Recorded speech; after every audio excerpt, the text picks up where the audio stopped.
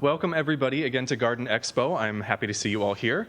My name is Ben Fuda. I'm the director of the Allen Centennial Garden here at UW-Madison. And for those of you who aren't familiar with the garden, we'll look at us a little bit later, but we're 2.5 acres on the UW campus, and we're open year-round with free admission. So get out and support your local public garden and come see us sometime. So today we're here to talk about this concept of the ecological garden. And I will sort of preface all of this by saying this isn't necessarily going to be a recipe book. What I want you to try and do through the next half hour, 40 minutes or so, is I'm going to give you examples for ways to see your garden differently and sort of success stories from other gardens and garden design about what it means to be an ecological garden and how that looks. Because there's no simple recipe for how this comes together. I'm not going to preach about native plants. I'm not going to preach about water conservation. I'm not going to preach about pollinators. I'm talking about all of them, and I'm talking about them all working together. The solution to an ecological garden is not just one of those pieces, it's all of those pieces.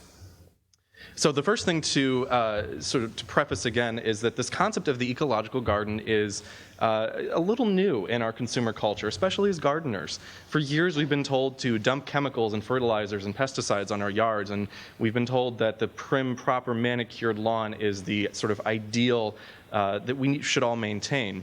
But interestingly, just recently in the New York Times, Adrian Higgins, who is their gardening columnist, wrote a wonderful piece about, again, this idea of the ecological garden.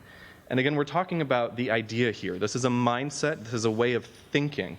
And that's what I want to try and, again, this is a primer. This certainly is not there could be there are volumes written about these concepts, but what I want you to do today is think about the bigger picture here. But it's interesting that, again, the New York Times picked up on this. They said, we've entered this age of environmental gardening. This is something that's relatively new for our gardening culture, especially here in America. And if it's hit the New York Times, it's certainly hit mainstream. Another interesting thing to point out, also relatively new in the news here, is this piece from the University of Delaware. They formed a partnership with Mount Cuba Center, and Mount Cuba Center is a garden on the East Coast that specializes in native plant materials. They champion native plants specifically, but they've embarked on partnership research together to actually look into consumer culture and consumer behavior and look at how do we market eco-friendly plants. Organic used to, and it's still a hot word when we say this plant is organic or these vegetables are organic. But what they're finding is that when a plant is branded eco-friendly or friendly to pollinators, they sell better than they do if they are don't have that branding. So this eco-branding is also becoming sort of it's trendy right now. My argument throughout all of this is that this shouldn't be trendy. It's trendy because it's something we're all waking up to, but in a few years, it's just going to be the way we do business. There's not going to be any more me trying to convince you that this is something to think about. We'll all just be doing it because it's what we should be doing as good stewards of our earth. So to get into this a little bit, first we need to understand what exactly is ecology. Ecology is not horticulture. Horticulture, specifically gardening, is the art and science of cultivating plant material. We are focused typically on our plants, and as gardeners, we think about everything from soil, water, air, light. We consider these things, we consider pests and diseases in our gardens, and a lot of us we're working with ecology. We're working with living, breathing systems that have a lot of other processes rolling in place long before we got there and long after we're gone. These processes will be taking place. But ecology specifically has to do with relationships, and that's one thing that I'm going to emphasize throughout this afternoon, or this morning I should say, is this idea of relationships, and specifically between organisms and their environments. So in our case, if we're looking at the garden, the environment is our garden. But the environment is also our community, our city, our region, our continent, and our planet. All of those are different levels of environments that we impact on some either very small scale or some very large scale. And oftentimes when I hear people talk about sustainability in their landscapes or ecological sensitive landscaping, there has a tendency to be a bit of a doomsday message with that. And while I understand there's maybe a little shock value to that, at the same time, it can render us feeling a little hopeless. Or what can we do as a gardener in our own backyard to make a difference? And I would argue that anything makes a difference. Every little bit of anything that we can do can be incredibly impactful. And gardeners in particular, as we maintain biodiversity in our backyards. We support pollinators. We do these wonderful things in our own backyards, and the more people that do that, it suddenly hits a tipping point, and we've had incredible impact. So I want you to think about that. This is, again, start to think about the role your landscape can play in the environment of beyond not just your backyard. Again, we're emphasizing relationships. That is the one word that I want you to really think about as we go through this, and how everything talks to each other within your garden. So in practice, if we're actually looking at what then ecological gardening means, we now know that ecology looks at relationships. If we're looking at ecological gardening, this involves recognizing and harnessing natural systems and synergies in garden design and maintenance. There's a lot of words in here, so I'd like to pull a few out in particular. And the first couple being that recognizing and harnessing. So we'll move into some examples here in just a few moments, but through those examples, I hope you'll start to see that these systems are all around us and they work in many different ways. And the first step is recognizing that they exist. It's not simply an A causes B, therefore fix A. It's A causes B leads to C, and then sometimes C leads back to A, and then D might lead to F. It's a very complex system out there, and there's a lot of moving parts. We're never going to be able to understand every intimate detail, but we can do better at opening our eyes and paying attention and observing what's happening around us. The second piece of that is the harnessing. Now, there's, of course, the history of humanity has been this idea of harnessing and taming nature, and I would argue that we've come past that. There's an interesting book out, very recently published, called Planting in a Post-Wild World, and I'll reference that later, but the author is Thomas Rainer, and he talks a lot about, we live in this developed society anymore. We can no longer necessarily say we must restore environments, we must conserve environments, because we've transformed our environment so dramatically, we can no longer just simply try and isolate things. There are too many moving pieces now. And so the other piece to this, though, is that ecology and nature have a lot of great systems for us. They help to purify our air, our water. If we like to eat, plants are quite important for us. So we need to learn how to harness those systems in our own garden, make those work for us rather than trying to battle against them. And then the second piece to this is natural systems and synergies, this same topic. Again, these processes have been in place for a long time. Nature has figured out ways to keep itself in balance. How do we play into that? How do we make our garden a part of that bigger narrative? And then finally, garden design and maintenance. So it's all in planning. I say that a lot in any level of horticulture and design, but everything needs to start out with a little bit of planning and a little bit of forethought. Personally, I'm also a fan of experimentation. We're all gardeners. We all like to experiment to see what lives from one year to the next. Can I push this into the shade and will it do all right? We're natural experimenters. We're natural. We are trained to fail, and it's okay because we'll plant another one next year and it'll be just fine. But again, planning is critical, and also considering our maintenance. I would argue that ecological gardening can help reduce our maintenance. And when we have less maintenance in the garden, we have more time to enjoy the garden. Part of gardening and the joy of gardening is, of course, in the doing and in the maintaining. But I would also argue there's something very nice to sitting back in the morning with a cup of coffee or tea and just observing and enjoying and not being sort of caught up on the weeds and the work that needs to be done.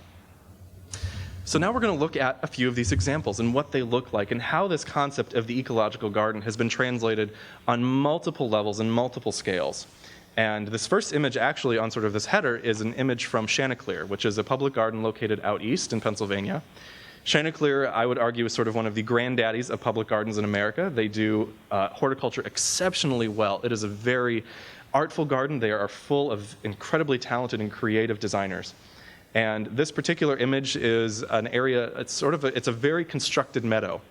At quick glance, it might look like a very natural landscape. It has sort of those free-flowing and again, natural feeling elements, but the flowers blooming in there are annual plants that have been plugged into the lawn.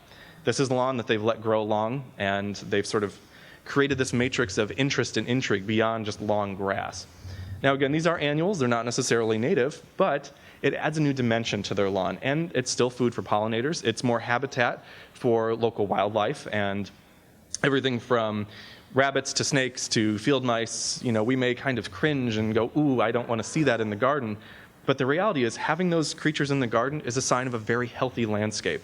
It means that things are in balance. It means that everybody else is happy.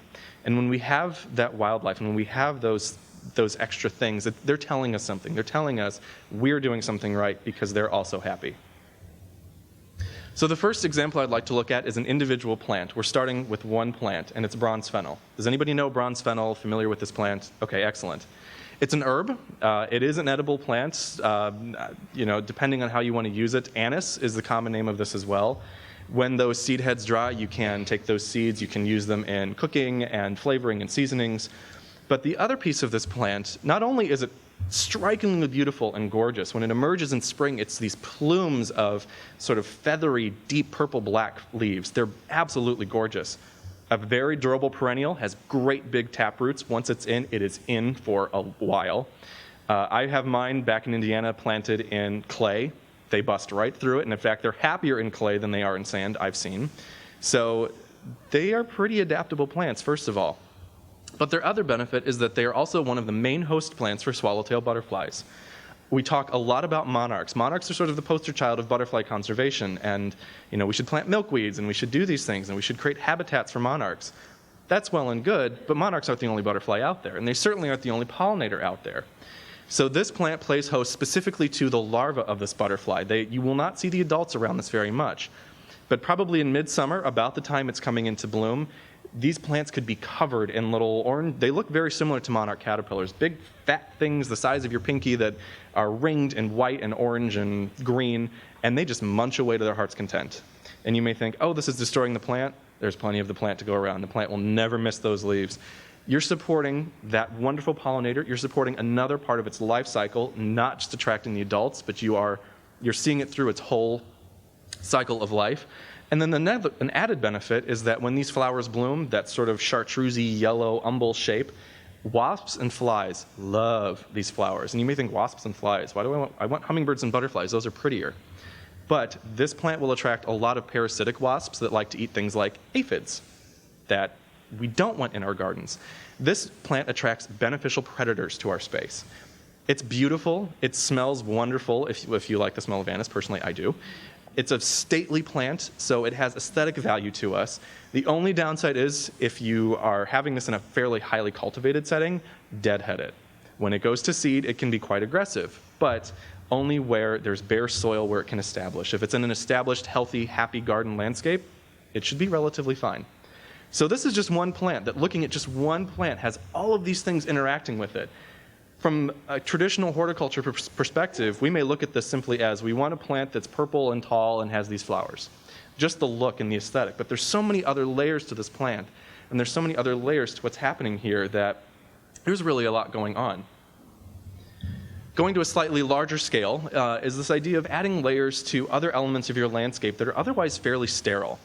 Unfortunately, I think we are going to be living with lawns for quite a while. Personally, I am an advocate for phasing out the lawn or looking at alternative lawns simply because there's such a relatively sterile landscape. Now, we have new trends and technologies today where we can adopt organic lawn maintenance and treatments. We don't need to use pesticides and chemicals. But the reality is when you mow something to 2 to 3 inches tall, there's a very low level of biodiversity that can be supported in it. Another great example, I'm from Indiana. I keep saying back home in Indiana. I moved here a few months ago for reference. But our neighbors next door used to have this wonderful tall field. Never was mown. Every year the fireflies were just thick in that field. Every summer in July it would just glow and sparkle. And then they sold the property to some new folks, and they came in and they've been mowing it ever since to lawn height. We don't have fireflies anymore. They're gone. They've disappeared. We've removed that habitat from them. And that's what we do when we have lawns. Again, it is green space. It does allow for a little rainwater to percolate. But we're offsetting a balance someplace. Wildlife really likes that sort of fuzzy area at the ground plane, that sort of meadowy look. And one way to achieve that is by introducing this, what I call a bulb lawn or a bulb meadow. And this is this concept of interplanting flowering bulbs with your lawn. And we're very lucky here to have a couple great local examples. This is from Olbrich Botanical Garden. They have a wonderful bulb meadow that blooms from probably March all the way through, I'd say, early June. They mow it down a couple of times, and then they have a few fall blooming flowers that come in as well, some surprise lilies and some colchicum as well. The Allen Centennial Garden also installed a bulb lawn just this past fall, so we haven't seen it yet in flower, but we will this coming spring. What I want you to take away from this is this idea of seeing additional layers. What do we do when we're putting flower bulbs in the lawn? Number one, it's the aesthetic. Of course, it's prettier. It's gorgeous, and you can have You can start mowing your lawn at the regular time. You can start mowing it later. It's less work. It's less maintenance. It's better for the ecology of your lawn and your yard. But also, look at all those flowers that are blooming in a place where they never would normally be blooming.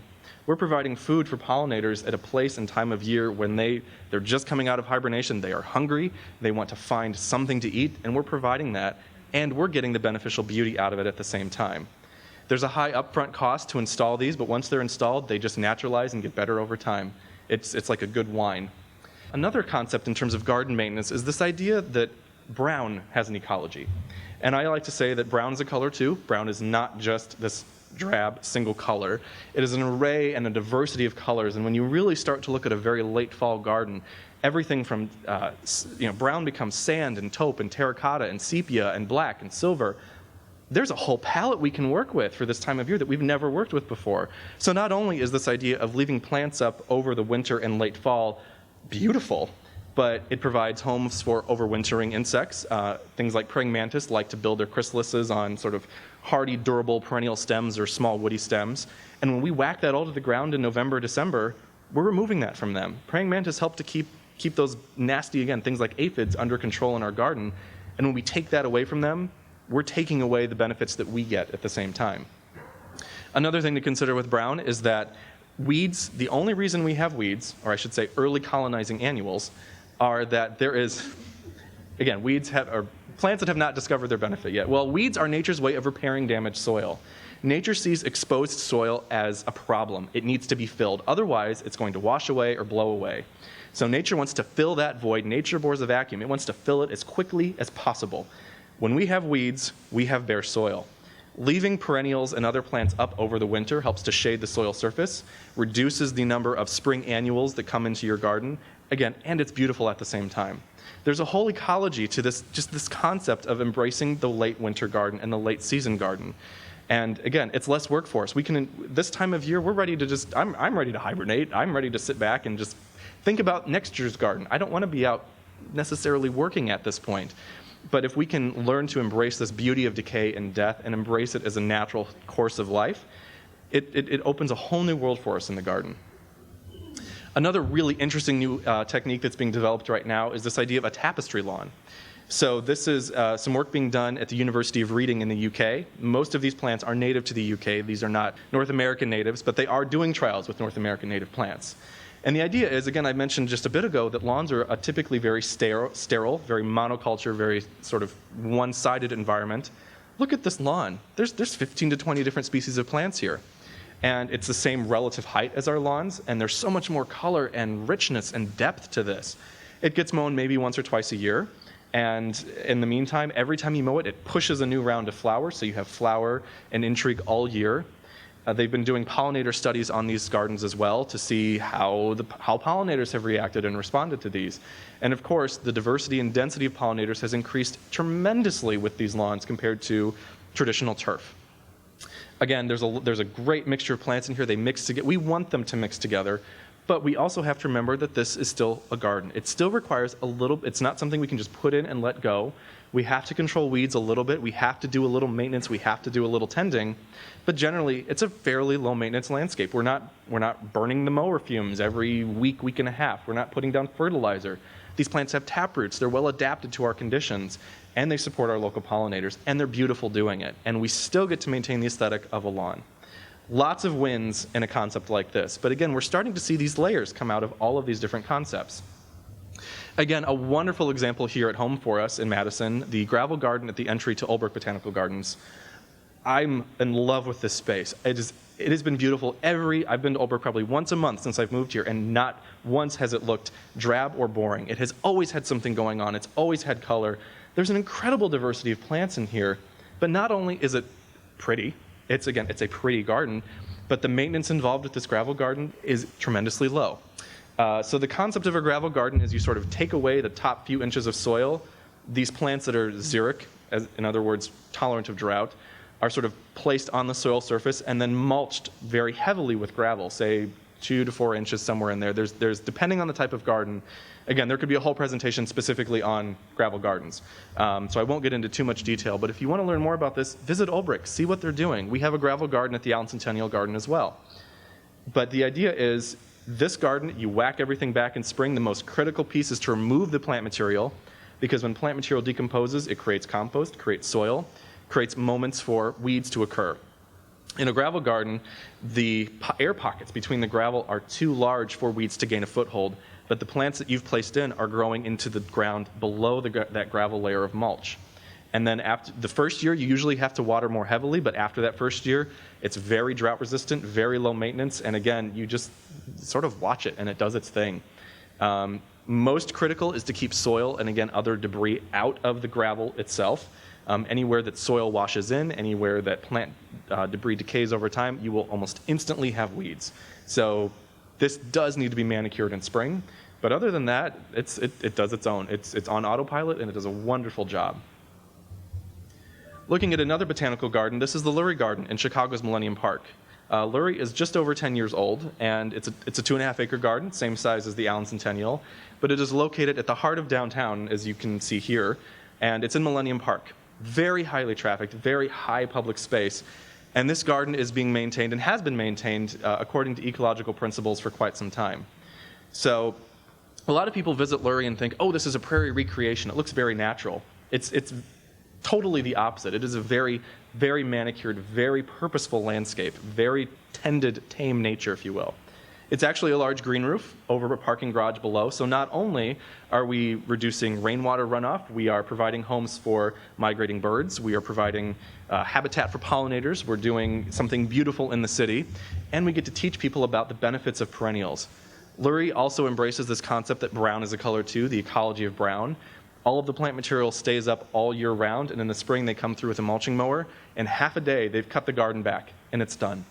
And it's a beautiful thing to watch. Instead of taking a month to cut this back, it's done in, again, half a day. All of that material is left in place, and it's left to decompose naturally. These plants are used to that. These are a lot of prairie plants. These are a lot of perennials. Herbaceous perennials want that debris from previous years to be around them. They don't want to be... Bark mulch is a very unnatural thing for plants. No plant evolved to grow in bark mulch. Bark mulch inhibits water percolation, it inhibits gas exchange. Yes, it does eventually break down and feed our soil with compost, but it changes our pH a little bit. Leaving the plant material from previous seasons in place, that's what the plants are used to. That's what they expect. That returns the nutrients right to where they came from, rather than strip mining the land by hauling away all of these sort of stored nutrients in the plant stocks. We're putting them right back where they were. And this is something being done in a very high profile, very public space. So part of this is education as well, showing people what an ecological garden can look like and how it can function. But Lurie is doing that in an exceptional way. Again, they've embraced other mechanisms as well. They have a small prairie section and they burn segments of it to help rejuvenate the plant material in the ground cover. They do it's a very interesting concept of maintenance there. They don't use any pesticides or chemicals if they can help it. Everything is hand weeded, hand maintained. They have a wonderful crew of volunteers and interns, and that's how it gets done. Another garden that if you are not familiar with this garden and you are ever traveling, please put this on your list. This is the High Line in New York City. And if you haven't heard of the High Line, it's a wonderful, wonderful poster child for how to rejuvenate our public spaces, and especially our most abject urban spaces. This is an elevated rail line. If you're familiar with the L in Chicago, it was similar to this. It was a freight line that ran right through a major area of New York, and it had been abandoned for many years. And a group came in that said, we're going to make something of this. This is a special space up here, and people should be able to enjoy it. Look at the number of people up there. They have umbrellas. Obviously, it's raining, and they're still embracing plants in a public space. But the takeaway message from the High Line, aside from all of its wonderful benefits, and it is managed organically and sustainably just as well, right plant in the right place. A lot of time I think gardeners say, I really want this plant and I'm going to do everything I can to make it grow here. I gave up on that a long time ago. Yes, there are some plants I say, I really wish I could grow that Japanese maple, but I know it's going to freeze. I know I'm going to have to replace it. I know I'm going to have to insulate it. That's more work. It's not adapted to be here. It doesn't want to be here.